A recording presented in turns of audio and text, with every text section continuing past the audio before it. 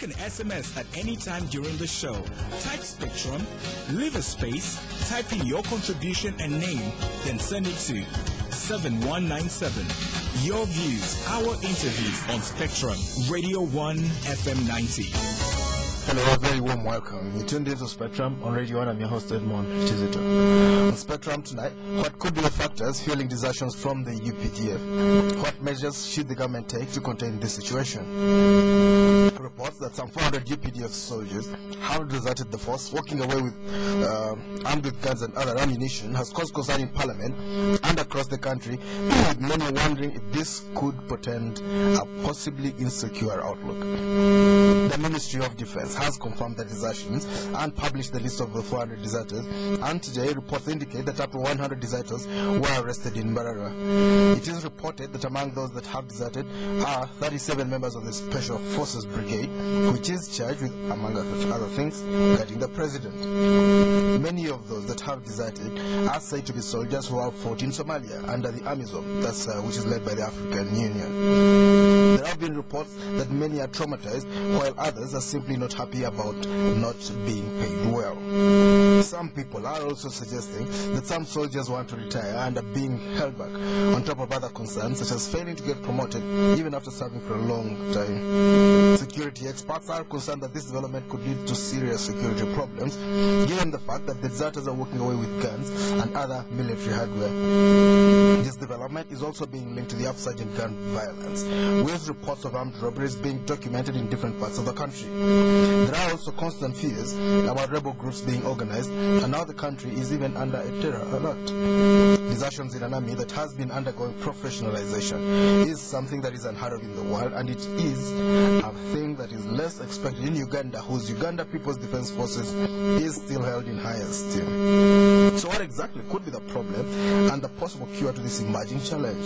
This and more questions will be answered tonight, we hope, on Spectrum. Our guests, Honorable Simon Mulongo, Bubulo East MP, Vice Chairman of the Defense and Internal Affairs Committee, a former Director of the East African Standby Brigade. You're most welcome, Honorable Mulongo. Thank you and good evening, listeners. We're also joined by Honorable Hassan Kaps Fungaraho, Obongi County MP, Shadow Minister for Defense. You're most welcome, Honorable Fungaraho. Yeah, thank you very much, my brother, and thank you, listeners, for tuning in. Can you tell us, Honorable Mulongo, a little bit about this East African Standby Brigade? Exactly what is it? Now, the East African Standby Brigade is actually now renamed Eastern Africa Standby Force.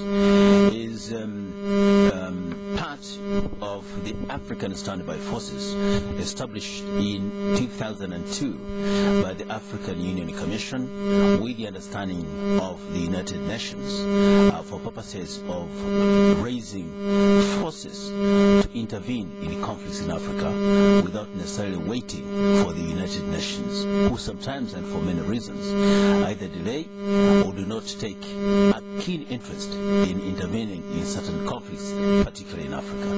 And so each of the 5 regions in Africa is supposed to raise a brigade plus size of a standby force, which is multidimensional, made up of the military, the police and civilians, to be prepared to undertake peace support operations on the continent. Including civilians? Including civilians. What do they be doing in an army? Well, of course, the peace support operation missions are not just about the military man with a boot and a gun, because their role is to stabilize. But thereafter, the issues of law and order emerge, which require the police for documenting and ensuring that they consolidate the stability. And then finally, the civilians take over, because they're the ones who do the bulk of the work. And eventually, of course, the situation is handed over back to the political leadership, who are the civilian authority. All right, talk to us about this desertion in the army, this exodus. Why are the men in uniform walking home? Well, we are also shocked by reading, mainly in the media, about the cumulative numbers of soldiers reportedly deserting over time. We do not have specific numbers, because even if when you're referring to the 400, we don't know whether this is an aggregate number over time and which period of time, and therefore we may not necessarily be sure of the numbers you're talking about. But what seems to be certain is that indeed some soldiers are deserting. And of course, the Minister of Defense have not denied this. They seem to indicate that this is true. And we've also been talking to some individual soldiers who actually say it's true that some soldiers are deserting. So what could be the problem? I think there could be very many problems, some of which can be imagined and others which are real, because as Parliament we've had an occasion and a number of times where soldiers raise complaints to us about a number of things which could be deflating their interest in serving the armed forces. My only take is that Uganda is transitioning as a state which is reconstituting from period of turmoil under the NRM. Have been undertaking a number of wars. There have been battles that we've been engaged in since 1986, year in, year out, initially within the country, and then later on outside the country. We've been in South Sudan, we've been to DRC, we've been to Central Africa, we've had peace missions in West Africa under the Horn of Africa, and so on and so forth. And of course, one of the issues which can this bring up to in terms of analysis is that there can be fatigue. Some of these soldiers could have fought for such a long time that they're fatigued, they want to retire, they want to rest, they want to live some ordinary life with their families, because it takes a long loop for people to fight, and then if it can be on and on, they want to retire. The second reason that I think could be occasioning this is the lull with which, because if you look at the wave of the war, Uganda is now facing the lowest moment of warfare, because we don't have an active war, so to say, in the country. Lowest in terms of relativity to ourselves, not other countries. Yes, of course, to ourselves. We don't have an active war with an immediate neighbor, and so most of our forces really are now experiencing a lull. And when there is such a lull, as it happened after World War I or World War II, and even the conflict in the Middle East involving many nations, say in the US and others, when these soldiers go back and there is no serious activity to engage them, they feel bored. They want really to rest. They want to go home. They want to go home, sit under the tree with their wives, and enjoy with their children. So I feel also this could be one of the reasons why the soldiers could be deserting.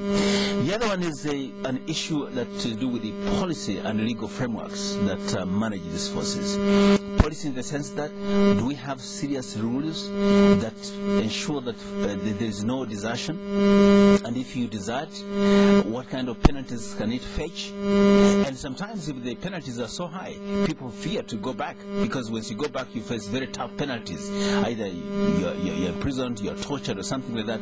And all this make people fear to go back. You go home, there's so many problems you want to sort out, and you delay, you go beyond the dates, and when you report back, the penalties are so high, so people say, I'd rather remain at home.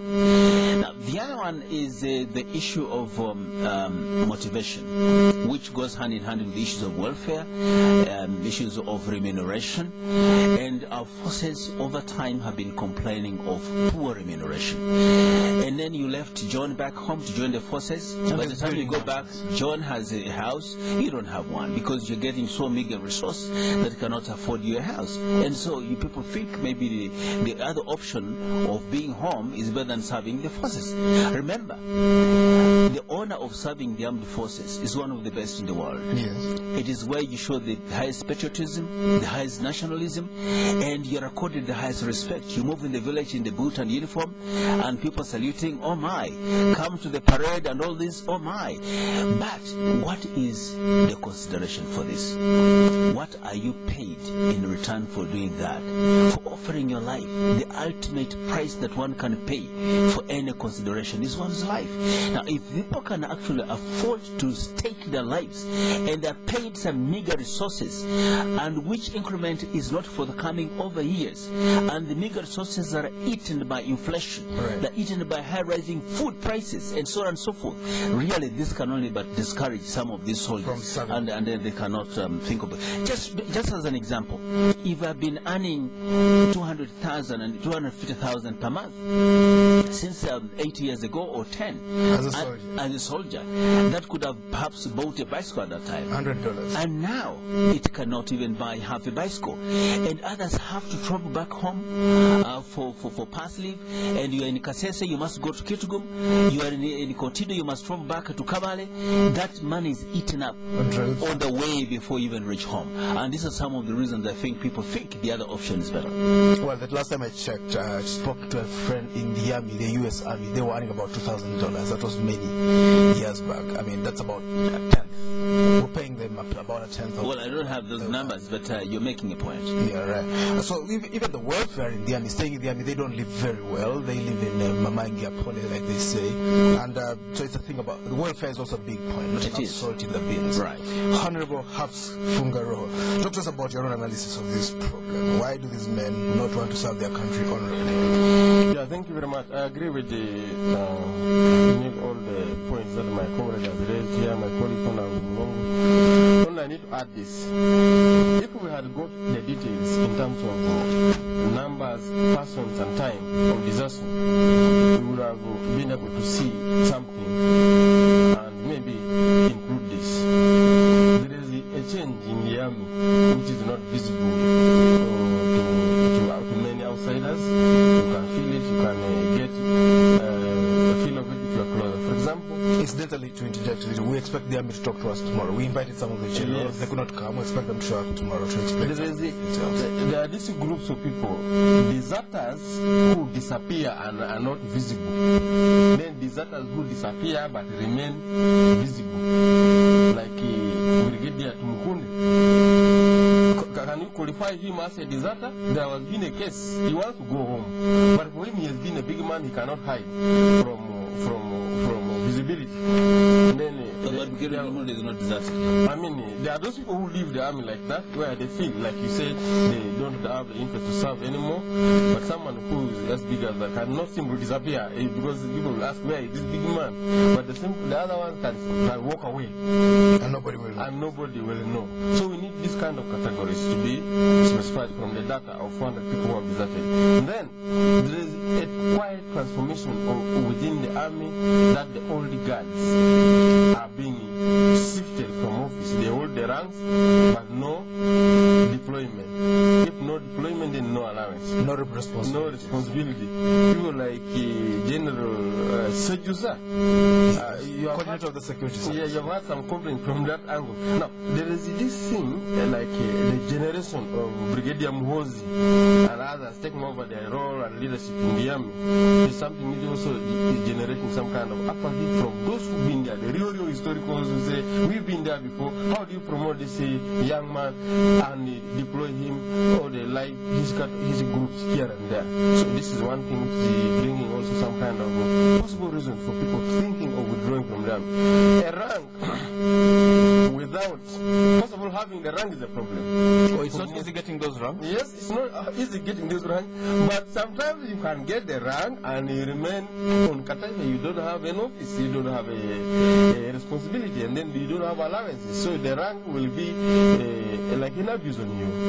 I see colonels walking on foot, and I see captains driving in big cars. Driving in big cars. There are some people who have become extremely wealthy in the army, despite the low payment. So how do you explain this disparity that some people have become multi-billionaires and others have remained very poor within the army? So really, they see each other. The poor see the rich see the poor, and then the poor get discouraged and they move away. So for me, these are some of the things which have probably contributed to the low morale of others. Disenchantment inside of them. But for me, I cannot also say that it is a disaster which is responsible for the insecurity in the city. Some guns, yes, could come out of these people who deserted with the guns. But the guns have been moving left, right, and center here. We have been talking about the movement of small arms and light weapons through our porous borders, from Congo, from Sudan, and from Karamoja, and from the soldiers who are even serving, some soldiers who are in the system. Oh, really? Yes. What do they do with those guns? Of course, you've heard about guns being hired out for robberies, some things like that. So, we must address the issue of the robberies, the clarity independently of the issue of the disaster, because with or without a disaster, this problem could be there. We should look at the broader picture of the causes of insecurity in our country, which include not only unemployment, but also the uncontrolled quest for riches, sudden riches. Those even who have money may have more desire to have more money than even those who don't have. So this thing of doing illegal business, avoiding taxes, dealing in drugs, hiring, going to rob, so that waiting for big compensations. Yeah, it's this kind of thing. You get suddenly rich. These are the problems we have. The get rich quick mentality. Rich quick mentality. This is the problem we have in our country. So have men without honor having a lot of money? Honor is no longer a problem in the army, really. People think about money. You have money. So have paupers on horseback and princes walking on foot. There are people of no honor in terms of good service. Let me say, the thieves of today are honored more than the honorable people, because thieves have big monies, they live in big houses, they drive big cars, and the people will honor them. Someone say, hey, this boy has just graduated from Makerere, and 3 years, 5 years down the road, he has a good house, and he has a nice car, he's inviting us to a big wedding. The meetings are done in Munyonyo. Meetings in Munyonyo. And some people like Obongi, they will do the meeting maybe on the compound of a primary school, or even under a tree, by the roadside. This kind of thing. So this quick progress is saluted without questioning where did he get the money from. Yeah, that's why we need lessons on patriotism. There's a desk in State House. So for me, Ugandans will get concerned about the disaster, and this also goes to the police. We have heard about people deserting from the police. We need to find out why are people losing interest in the army. If they want to desert, they want to leave, why don't they be left to live honorably? There was a situation, I think, in one of our neighboring countries, where the whole army was changed by one president, Julius Nyerere. So if these ones are tired, why don't you retrench all of them and then you recruit the new ones with the new terms and conditions? Explain us the dynamics of that. How did it happen? It has happened in the past. I don't had a problem. Joseph Kony, the Holy Spirit movement, the NRA, when they came in, the other army went away almost entirely. It had happened before in 1979 when the new army came in, the TPDF from Tanzania, get help with the Uganda next. So that one was the entire Uganda army went to the north. That was not a voluntary. That was not a voluntary departure from the army. You were forced out. Some people actually wanted to remain within. But those who want to leave, the doors will be open for them, and then they leave officially, just like the way you announce recruitment that we are going to recruit. So you should. So you also allow them to go home. We are going to let people go. So if you want to go, apply, and then they see us. Why do you want to go home? Is it a normal reason to go? You go, and then you are given a room to go, and you hand over the gun, other than somebody sneaking with the property of the military. This is Spectrum, listeners on Radio 1. Tonight, what could be the factors fueling desertions from the UPDF? What measures should the government take to contain this situation? Our guests tonight, Honorable Simon Mulongo, Bubulo East MP, Vice Chairman of the Defense and Internal Affairs Committee, former Director of the East African Standby Brigade, and Honorable Hassan Kaps Fungaraho, Obongi County MP, Shadow Minister for Defense. Honorable Mulongo, incidentally, the army has confirmed 400 or thereabouts men have deserted, not about women. They have arrested at least 100 of them. Is what Honorable Fungaraho suggesting normal? Can you, put a tent under a tree and say, come here if you want to desert and let's write down your names and pay you money and go home? Is that well? First of all, the military is not managed like civilian institutions.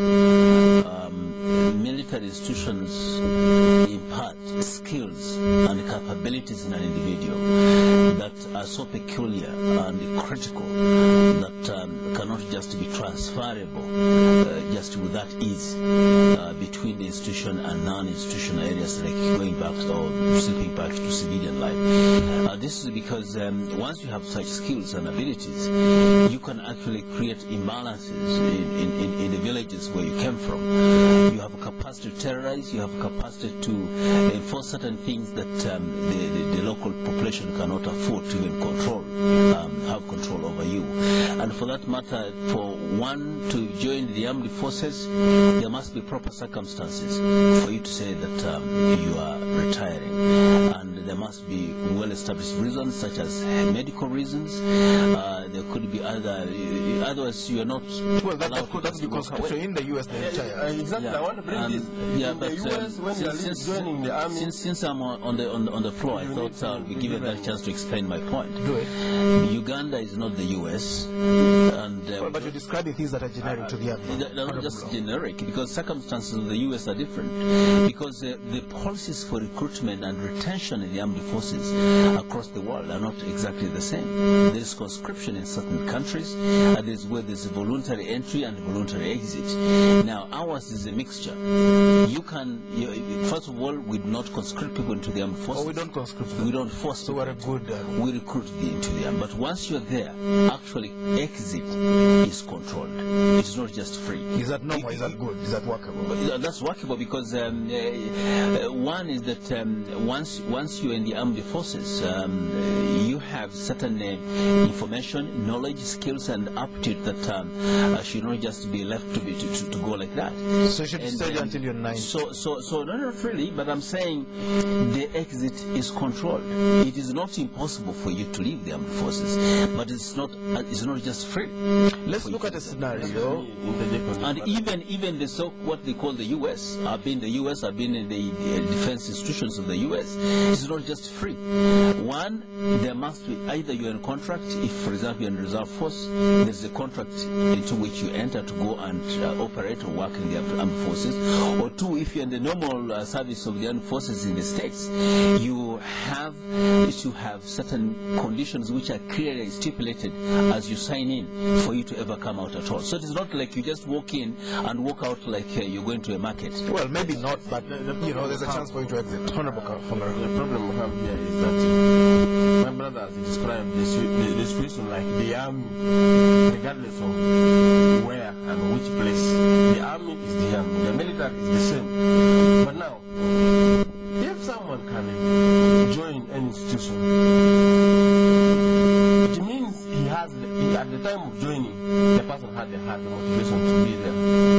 Now, once the person loses the motivation to be within the force, this person is even more deadly to the force when he's inside there. When he's inside than when he's outside.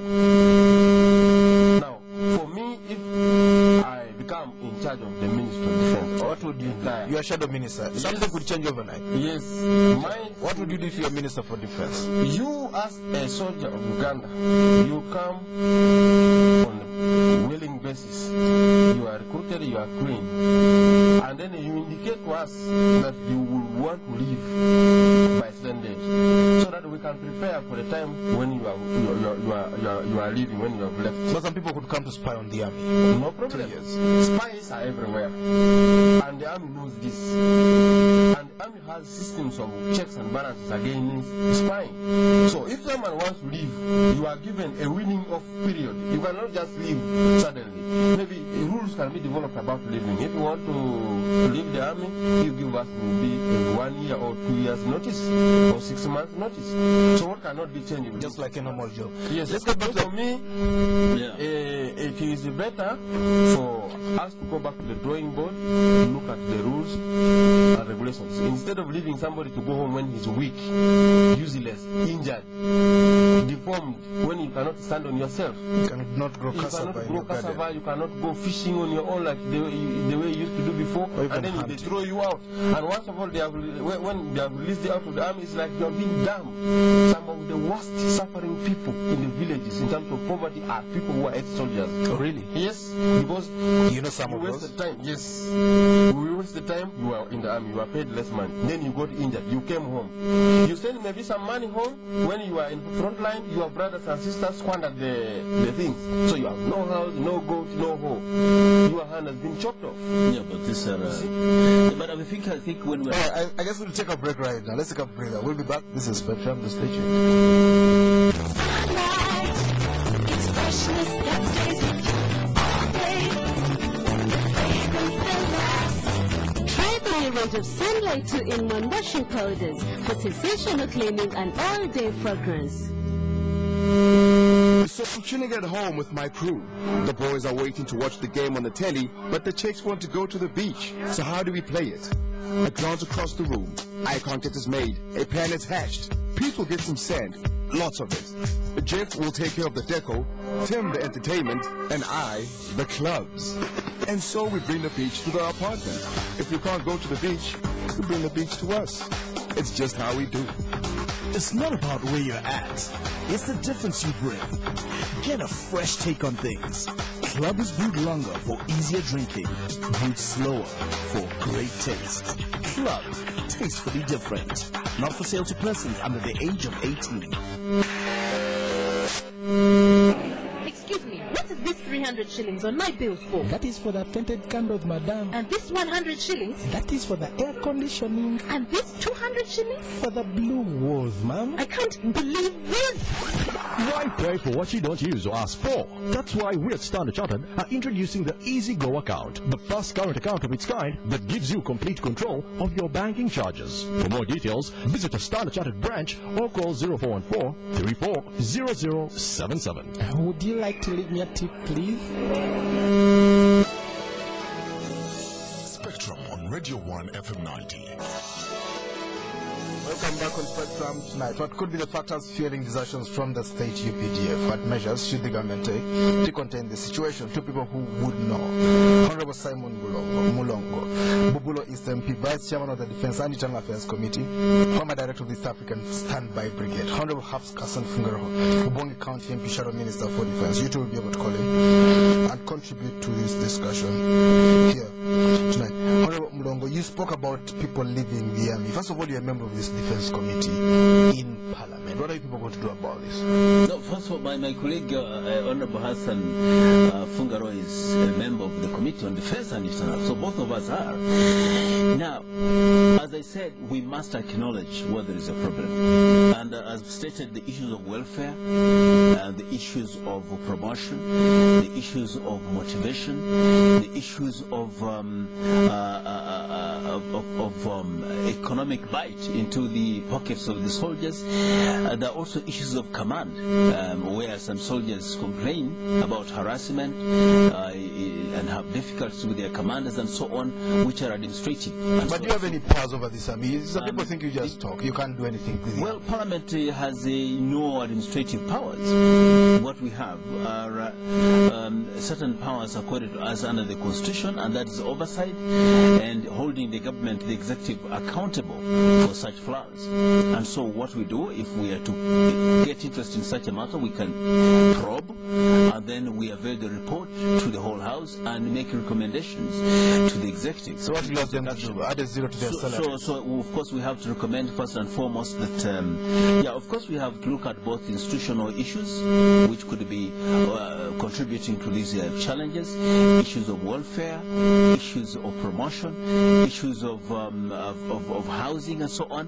All this we can look at that and make very serious recommendations and put pressure on the executive to make sure they attend to them. So the point I wanted to talk about earlier was that, you see, the military is a unique establishment. Let's pick it up from there. I'll cut you short. Let's develop it in a certain direction. You can create a mechanism for training, weaning them off the army mindset. I know a gentleman who had a soldier. He was looking for someone to manage his agricultural farm, and he said, I want a soldier from you, because he has the mindset of a soldier. He's got a high level of attention, high level of precision, of discipline and so on. Yeah, discipline. So you can get them to run things elsewhere and teach us certain things that we don't know. Yes, but I think, first of all, this problem is not a permanent problem. The issue of welfare, for example, if we talk about increasing their pay, if that happened in the next 1 to 2 years, that will be resolved. So I think we're talking of administrative issues which can be resolved quite quickly. So I would like us to talk like this is such a big issue that is going to last 50 years. It is not. This is an administrative and policy-related issues which can be corrected. You think it's transient? It will go away? Yeah, it is. How will it go away? They're living because one, we must, of course, once problems occur like this, they must be brought to the attention of the leadership. Now, and as we pointed out very clearly, it is a question of recruitment. First of all, recruitment must be done correctly, hire the right brains, balance regional, sex, and so on, professionalism, and so on into the armed forces. Then the other question is that of retention. How do you retain a motivated and professional armed force? You give them the right training and additional training. You equip them and facilitate them in terms of welfare, issues of pay, issues of housing, and so on and so forth. Then the other issue is you tackle the issue of promotion. Promotion must be done in a manner that is equitable and objective and across the board. Transparent, like It's transparent. Of course, not everybody has to be promoted because there must be leaders at every stage. Yeah, if you're a private and you can be promoted, become a section head, then there must be requisite qualification for you to rise to become the commander of the section, and so will it be to the platoon, and so will it be to the company, battalion, and so on and so forth. So once all these are done transparently and people can have respect for such promotion, then that will be resolved. So if from what we are trying to see and imagine here are issues to do with the discrimination, yeah, that people are being promoted. Oh, there's discrimination in the army? Yes, discrimination. That's a very serious matter. How serious is discrimination? Give us some examples. It must be tackled. Of course, we've had in the past where, for historical reasons, some top leadership came from one region, Western region. But since then, what's wrong with that? If they know how it is wrong because if that was historical, they know how to shoot without missing. Has the limit. Because 25, about 30 years down the road, the other regional that have learned to shoot that have also come on board, and so we must see that balanced out. And to shoot in peace. This must be done without fear or favor. The armed forces must be managed and run on an equitable and well and transparent manner. That's very, very critical. Of course, take into account professionalism. You want to get generals who've never shot at a bird? No, that would be wrong. Honorable Kaps, Fungaraho. What is the ideal size of our army? The ideal size, that question is not easy to answer. Depending also on a number of factors, the level of threats we have, security threats from within and without, determine largely. So let's look at our army. In 1992, there was a demobilization starting in November. The army was about 80,000 officials, and people think it was about 100,000. We slashed it in half. We set out 42,000 soldiers. Then we recruited again, brought it again to 100,000 as we fought Joseph Kony. What's the situation now? How many should we have, ideally? To me, I see that a number which will be around 50,000 well-trained, professional, well-catered for, with shining guns, will be good, motivated. 50,000 or less. When they are well-trained and equipped, they can do the job. And if there is need for a bigger number than this, you just sound the whistle. There are many people who know how to use the gun in Uganda. The veterans who are some were trained, some are self-trained. Yeah, but from the street as well. Or even the police. Yes, there are people who know how to use the gun. They have the motivation or the lack of it. So if you need them, you have like the reserve forces.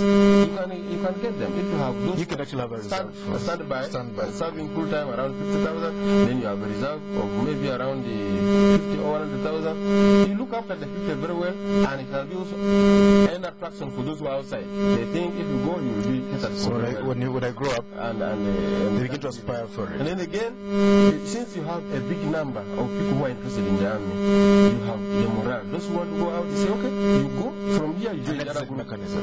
There will be maybe 3 steps of getting out of the army. You get out of the active army, you go to reserve number 1, where you are not totally out, you are not totally in. You observe from here, then you go to number 2. And then number 3 you get out. Then you're a civilian. You are then a civilian like this.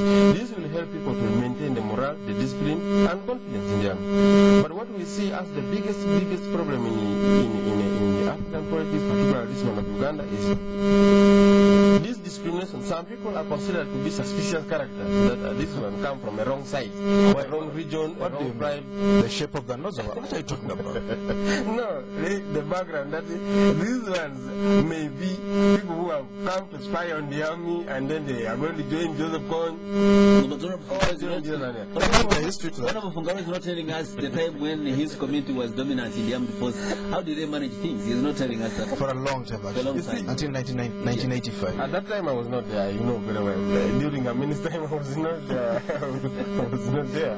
So I'm talking about the current situation. The president I have lived under constantly with President Museveni. Yes.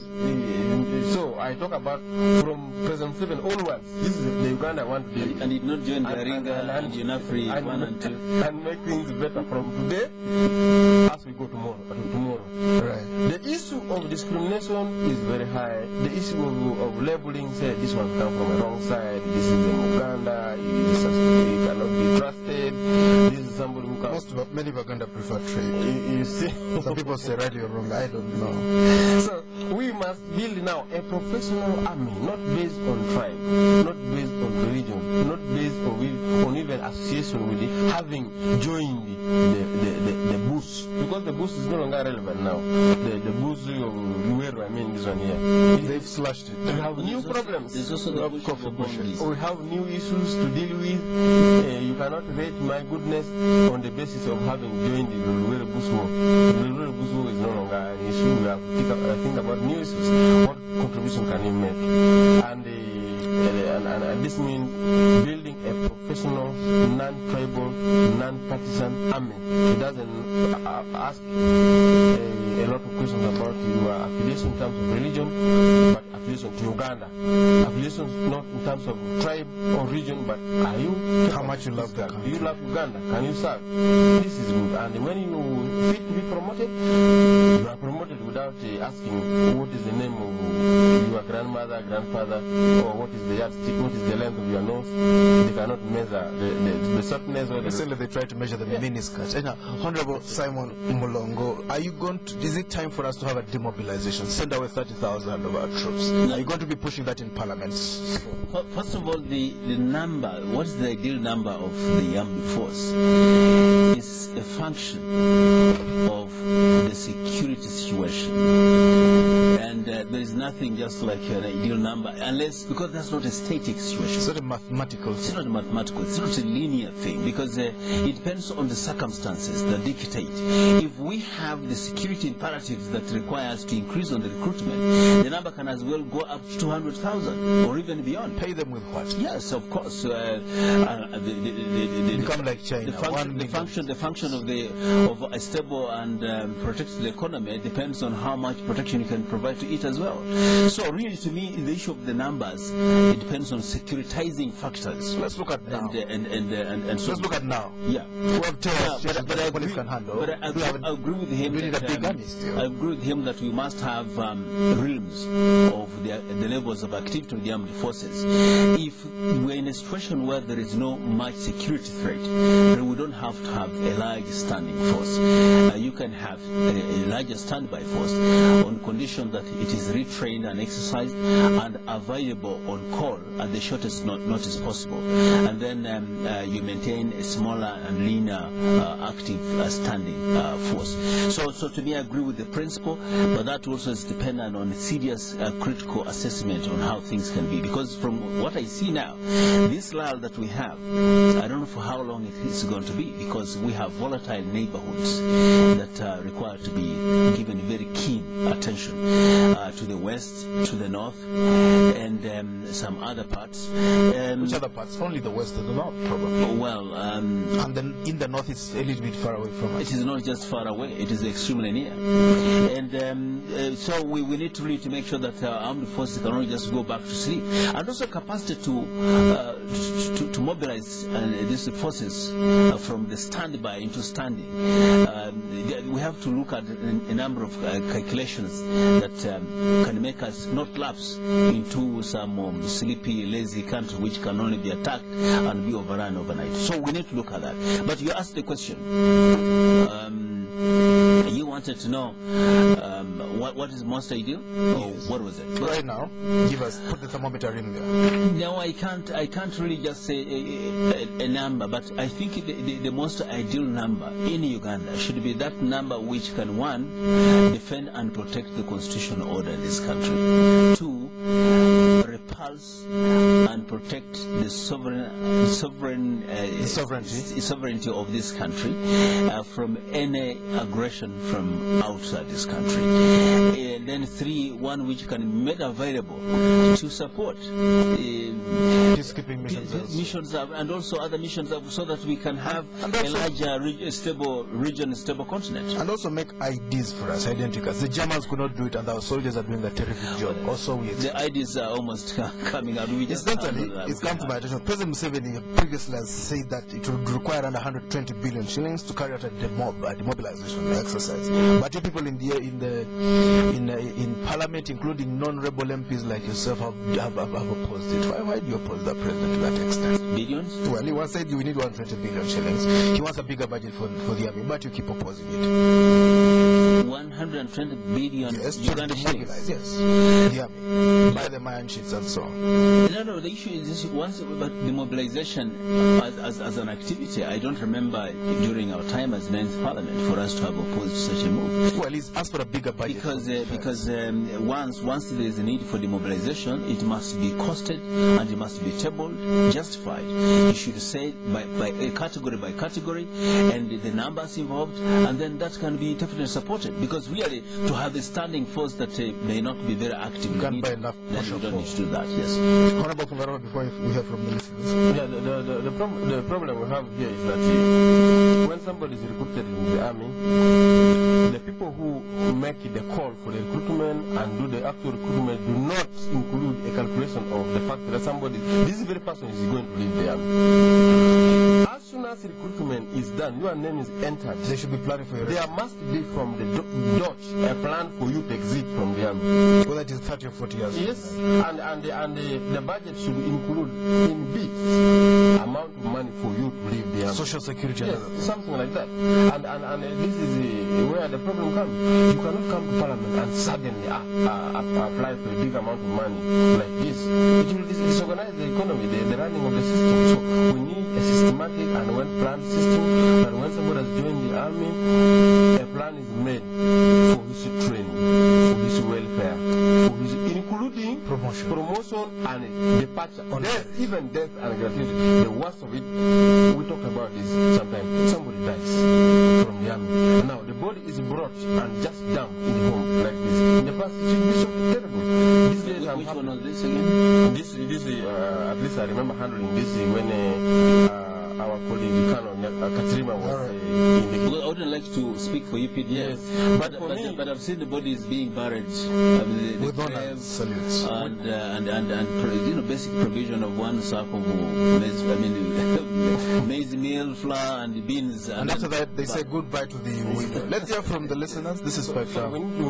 Already on our number 041 4348111 031 2260390 031 2261390. When you call in, please tell us your name and where you are calling from. Spectrum, hello? Okay. We lost that caller. You can still call in. The numbers are the same. 04143481111. Spectrum, hello? Yes. Good evening. Your name?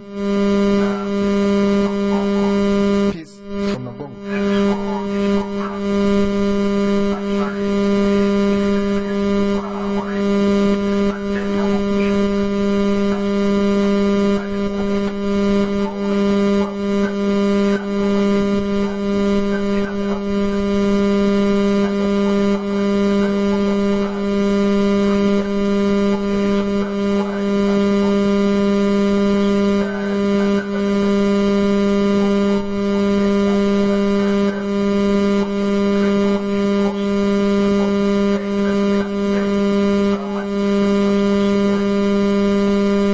The army to join us, possibly tomorrow. Spectrum.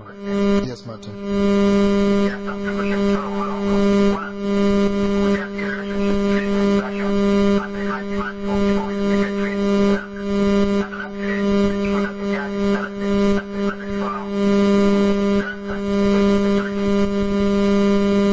Hello?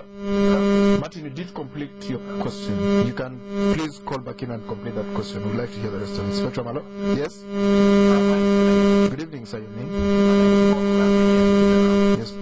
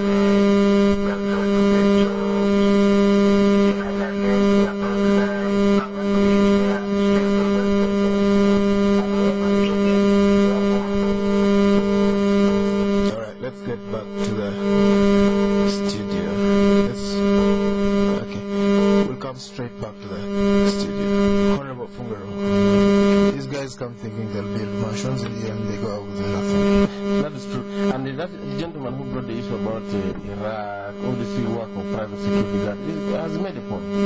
Because some people, after having seen that you stayed in the army for some years, you've not made any good accumulation of wealth, your pay is very limited, prospect for promotion and then deployment to get money within the post is very limited. You simply escape to seek to go to work as a private security guard who will be paid more money, get better money within a short time and then come and settle home. So these things of Iraq, Afghanistan, I've not heard about it, but these private security guards, private security firms which are recruiting like mercenary armies, by the way. What do you mean mercenary armies? Mercenary is just where you hire these people join for. No, but there is a cycle of the security groups, Saracen and the others, Group 1. I mean, in their professional groups and security studies, there is these people qualified to be called mercenary armies. What do you pay for them? Like this Black Waters. There is a well, we've not had armies hired like they used to do in the past. These private security guards, yes, qualified to be called like private armies. You can to differentiate from the national army. For example, Sarah said they discipline, the theory. You could say a military force. That's it's not an army. It's not an army. Yes, it's okay. Maybe you change that, but a military force which is organized and operates in the same principle, like they have a command structure with weaker guns, though. Those a rifle that can go 30 meters. An AK-47 does 100 meters. Those that are deployed to places if like he wants Iraq, to shoot you with 2 bullets, he has to tell you to wait for the second. Those that are very slow in loading, like Iraq, and coming from big countries like the US or South Africa in here, very near here, are powerful. They have the guns they use, private guns. They're with guns. They have weapons which are automatic rifles, automatic machine guns. So, they have guns which can work really to take on an enemy that is organized. So for me, the bottom line. No, but for the record, the arms held by the private guards are not as potent as the arms held. The thing is not about the arms; it's about the payment, the money. If you are working as a private security guard and you are paid 500,000 when you are guarding maybe an oil installation near here, is it not better than working as a UPDF who is paid 200,000 and you are in Garamba? Honorable Simon Mulongo. Yeah, but so first, that is the, I think we just need to correct the first impression. First of all, the military are associated with the states, and the states which are, of course, legally in place. Others, you're not military, you're just some other vagabond force somewhere there. You're an irregular force because you're not associated with the state. And we expect the state to have legal and policy frameworks to ensure that you operate within national law and international legal systems. So mercenaries, these are hired illegal, irregular groups. So you can compare this to private security companies, which also are legal. They operate under certain laws, and they're monitored by the states, so that, and they're also controlled by them. They know the caliber of the arms they carry. They know the nature of the ammunitions and other consumables that are supplied to them. So I just want to say, yes, he has made a very good point, but at the same time, we must categorize the difference. Now, for the callers, Mr. Moderator, I thought they're making very important contribution to these discussions. Our colleague from Namugongo, these are very important questions, and if our colleagues from the military come here, they should be able to contribute towards this, the issue of attraction and retention of the personnel in the armed forces, issue of motivation, and so on, and as my colleague put it, how people can be retired finally. There must be a clear scheme of that. Then the issue, Martin, the issue of the differentiation. Yes, there is. And I think the point we're saying here is that the motivating factors into the military in Uganda Armed Forces seem to be deteriorating to the level that alternative institutions seem to be preferred, that the private security companies could be having better terms than the government institution or the military, and that's a very big threat. So, and which is basically economic anyway. And as I said, it has to be corrected, because the Uganda Armed Forces, to be professional and to maintain people we must have capacity to motivate and maintain people into the armed forces, some of whom are professionals, academically, and so on and so forth. Then our friend Paul Gamba said that why now and so on. I wouldn't like to over-speculate on this, because I don't have the intelligence to say that maybe they are deserting to join an armed group insurgency against the state, because I haven't seen that. But from those who have been recovered and those who have spoken out there seem to indicate economic reasons, that they are demotivated, the pay is bad, or there's mistreatment and so on, which is administrative. So it's basically economic and administrative reasons. But should there be some security reasons which may border on to insurgency or rebellion, then that is a worrisome situation, and we have, the military must tell us if they have any intelligence in that direction. Then our friend Vincent talks about the same comparisons and issues of loans that can also be queried. What is the nature of these people who are deserting? Are they heavily indebted, and so on and so forth? That can be done so. And then our friend from Tororo, yes, it is true, some of them join for simpler reasons. For example, they want to be seen in good attires and go back home commanding some kind of peculiar status. They're more equal than others in the village. But the service in the military is more demanding than that. But there is something we need to also point out. There are also target workers of late. Workers. Yes, they just go there for the sake of earning some money, and then they leave once they get what they wanted. You go for a mission, for example, Somalia, you earn good dollars, come back home, you put up a structure and so on, and that's all you wanted to have, and people desert. Has our army been professionalized as we go? Yes, so the professionalization has so many dimensions. We have to go. Thank you very much, Jagas. Honorable Simon Mulongo, Bubulo East MP, Vice Chairman of the Defense and Internal Affairs Committee, former Director of the East African Standby Brigade, non-rebel MP. Thank you very much for joining us tonight. Honorable Hassan Kaps Fungaraho, Obongi County MP, Shadow Minister for Defense. Thank you for tuning in. I've been your host, Edmond. The Spectrum will be back tomorrow. Thank you, listeners, for You're always on the move and don't have time to slow an